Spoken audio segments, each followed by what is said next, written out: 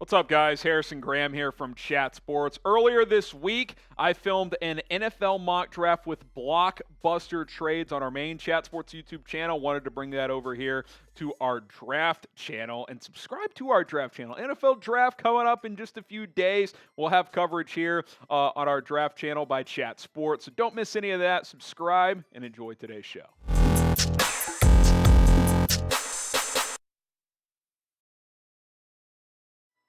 Folks, we are just less than a week away from the 2023 NFL Draft. Welcome into NFL Daily. I am Harrison Graham. And on today's show, I cooked up a 2023 NFL mock draft with Blockbuster Trades. I did this last year with 5 big trades. I think there's actually 7 trades on today's show.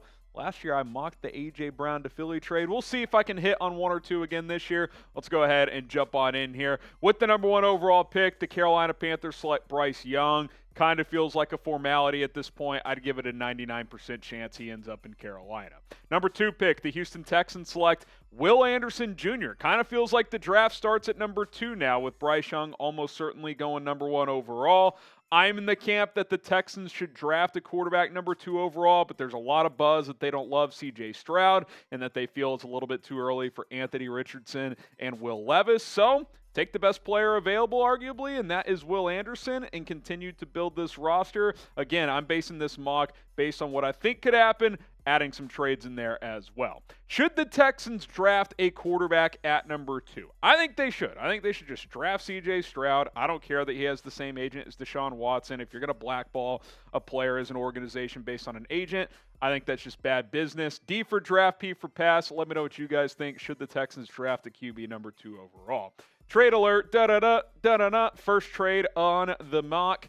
Titans, Cardinals. There's been a lot of buzz that Tennessee could go up and get a quarterback, and they leapfrog the Indianapolis Colts. Here are the trade details. DeAndre Hopkins to the Titans as well. Number 3 overall pick and number 96 overall. Cardinals get back 11, 41, and 72. Again, I don't think Hop is going to have that much value.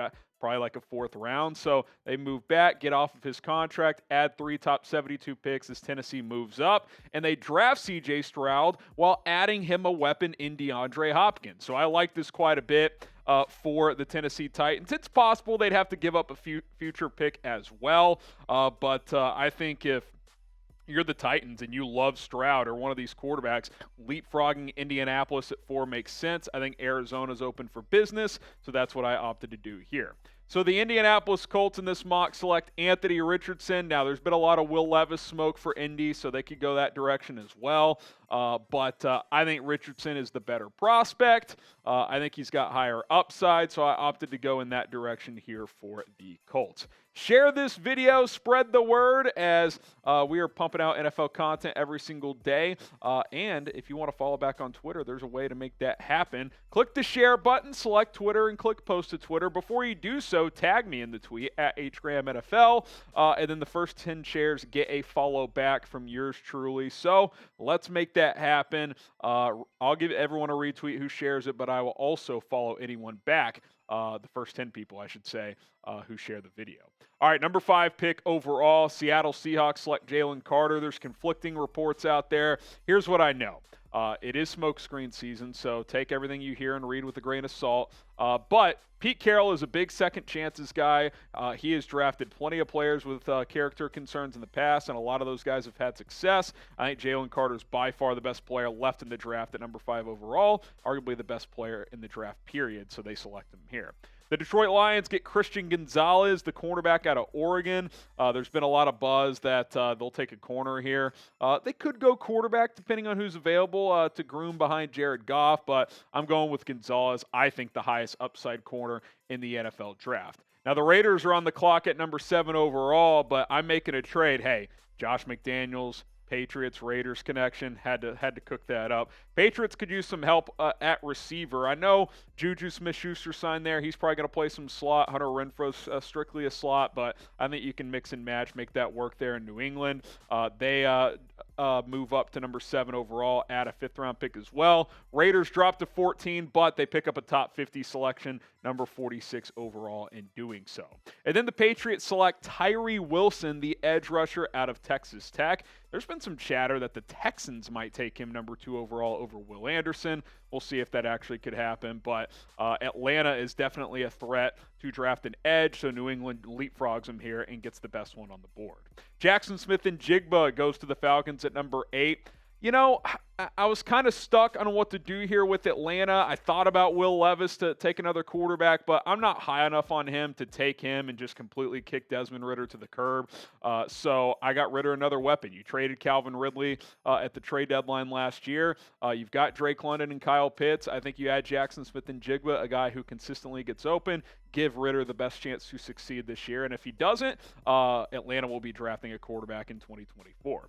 Today's show is sponsored by Z-Biotics. Let's face it, I don't rally the way I used to after a night of drinking. I'm very groggy the next day. But that is until I found Z-Biotics. Z-Biotics pre-alcoholic probiotic is the world's first genetically engineered probiotic. It was invented by PhD scientists to tackle rough mornings after drinking. Here's how it works. When you drink, alcohol gets converted into a toxic byproduct in the gut. It's this byproduct, not dehydration, that's to blame for your rough next day. Z-Biotics produces an enzyme to break this byproduct down. It is designed to work like your liver, but in your gut where you need it most. So drink Z-Biotics before drinking alcohol. Then you drink responsibly and get a good night's sleep to feel your best tomorrow.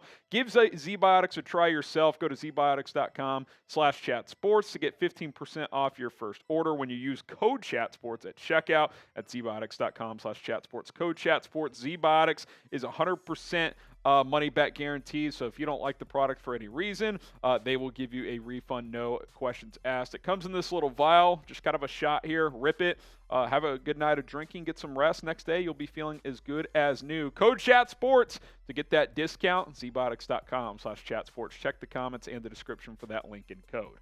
All right, another trade. The Chicago Bears definitely would be open to trading down from number 9 overall. And I still think Houston would be interested in drafting a quarterback. So they also have the 12th pick. So they move up from 12 to 9, pick up 148 as well. They throw Titus Howard to Chicago, plus the 12th pick and a 4th-round pick. And then Houston selects Will Levis, the quarterback out of Kentucky, the best quarterback remaining at this point in the draft. To secure that guy, you got to move up and get him sometime. So I think they do that here to get a gunslinger. Let him compete with Davis Mills. Let the best man win. And if it doesn't work out, you can draft a quarterback next year. All right, better QB prospect. Type AR for Anthony Richardson or WL for Will Levis. Neither is great to me. I think they both have big-time physical tools, but I like Richardson's upside more, so I'll gamble there. Type AR. Let me know what you guys think, though. Number 10 overall pick, the Philadelphia Eagles select Peter Skoronski. I thought about Bijan Robinson here, but I think adding Skoronski makes that offensive line even better. They lost Isaac Seumalo in free agency. Plug him at guard, and you're going to be living pretty. Devin Witherspoon is the selection here for the Arizona Cardinals. This is a simple pick, best player available. I think he could go as high as 6 to Detroit. He goes 11 here to Arizona after they trade down from number 3. Then the Bears make a pick here at number 12 overall and add Lucas Van Ness. I think the Bears are going to be intrigued with some players at number 9, but enough players to move down a few slots if they want to for either an offensive lineman or defensive lineman. But since I got Titus Howard from Houston to play right tackle, I went D-line. Lucas Van Ness was the best edge remaining on the board. Trade alert, We're wondering, when's the Aaron Rodgers trade going to go down? Well, here's what I cooked up, and this is the hardest trade to mock because there will almost certainly be future type of pick or potential pick involvement added to this deal, but I went with this. I don't think the Jets want to give up 13, but if they do, I think they could get a second back. So they give up 13, get Rodgers, get a second and a 4th. I don't know if that's in the ballpark. I think both teams feel like the value is a lot different than the other one does because we don't know how long Aaron Rodgers wants to continue to play, but this is the trade that I mocked right here. Now, will Aaron Rodgers to the Jets finally happen? The clock's ticking. If it doesn't happen by the draft, does it happen? I mean, it still could, of course, but it gets a little bit harder. Type Y for yes. Type in for no. Let us know if you guys think the Aaron Rodgers to Jets trade will happen. Okay, Dalton Kincaid is the selection here for Green Bay as they have 2 of the next 3 picks. They don't really have a starting caliber tight end. They lost Robert Tonyan to Chicago in free agency, so they give Jordan Love a weapon here. Darnell Wright to the Raiders after they traded down for number 7. I think he's a plug-and-play right tackle opposite of Colton Miller. I think the value's good there. And then Green Bay gets another weapon for Jordan Love. If you're going to commit to Jordan Love this year, commit to him. Zay Flowers, Dalton Kincaid, and if Jordan Love doesn't work out, well, whoever the next quarterback is has a lot of weapons to work with Christian Watson, Romeo Doubs, and 2 good running backs still in the mix as well. At number 16 overall, simple BPA pick, best player available, Nolan Smith. He's kind of an undersized edge for a 4-3, but I think, with Washington having some bigger defensive linemen, he can give you a different look as kind of a speed rusher, play some off-ball linebacker for you as well, so I add him to the Commanders at 16. Join us, subscribe. We'll be live for all 7 rounds of the 2023 NFL Draft this year. Hit that notification bell. That way you know exactly when we go live. We'll be live Thursday, Friday, and Saturday. We've already decided when we're going live on Thursday. 6 o'clock Eastern, 3 o'clock Pacific. Bryce Young, the projected number 1 overall pick.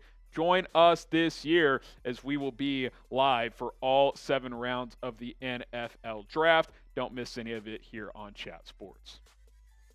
Next up is Paris Johnson Jr., the offensive tackle out of Ohio State. He goes to Pittsburgh. Great value. You just sit back and wait if you're the Steelers. Him and Broderick Jones still available. Paris Johnson goes to Pittsburgh. They desperately need a tackle. Michael Mayer, the tight end out of Notre Dame. Remember, Detroit traded their tight end last year to Minnesota, and they replaced him here with Mayer. Really good tight end class. 3-down guy. He can block, and he can catch the football as well. Here's an interesting trade, and this is one I'm kind of conflicted on because I don't know what the Bucs really are trying to do. Are they trying to win now still with Baker Mayfield? It's hard to say. If they are, Dalvin Cook is an upgrade at running back from what they had last year with Leonard Fournette.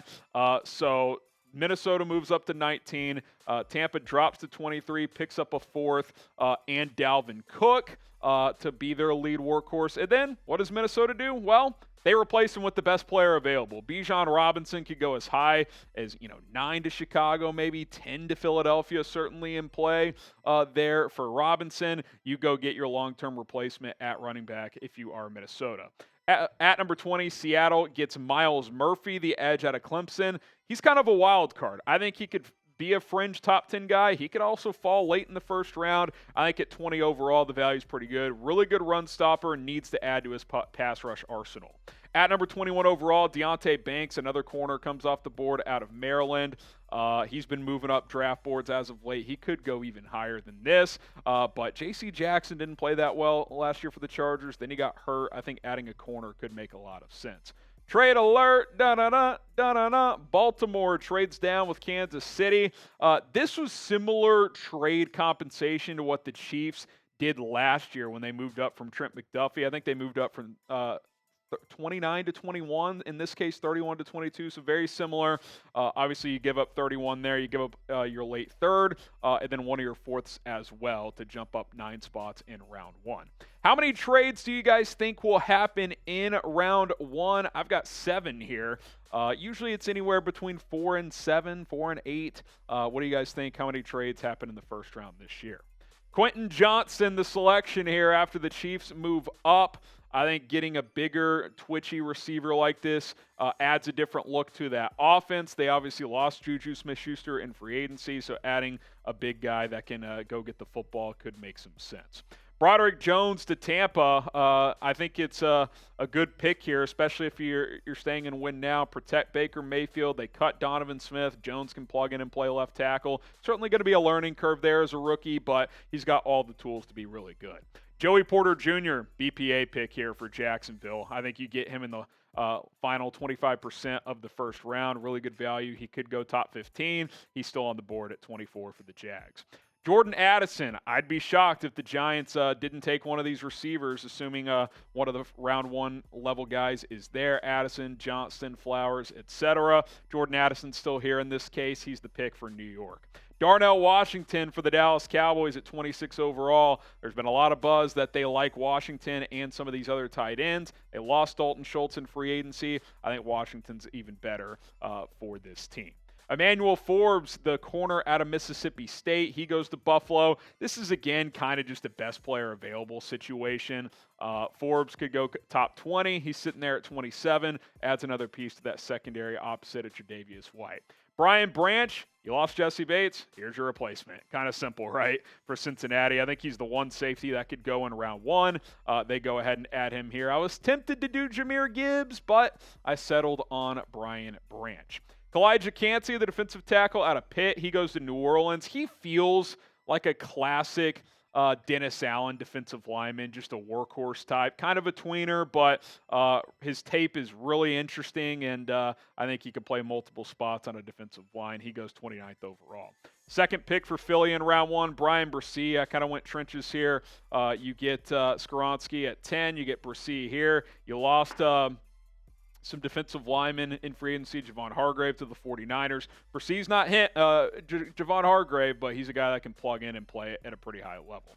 All right, and then Baltimore actually doesn't make a first-round pick. They trade down, which I think they could have somewhat of a conservative draft approach if the Lamar Jackson situation isn't finalized. Rams have the 36th pick, so they move up to 31, and then they also send Baltimore number 77 overall. And then the Rams select Hendon Hooker. There's been some buzz that Hooker could sneak into the first round. I think the Rams are in an interesting position with Matthew Stafford with that elbow issue. He may not have a lot of time left.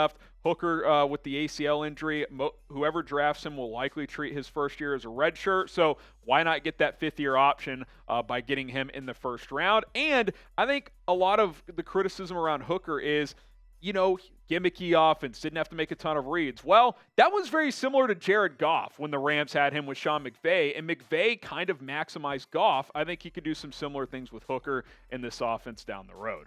Okay, over under 4.5 quarterbacks going round 1. I think 4 are certainly locks, Hooker being the X factor as a potential 5th. I went with over in this mock, type O for over. If you don't think so, go ahead and type U for under when it comes to quarterbacks in round 1.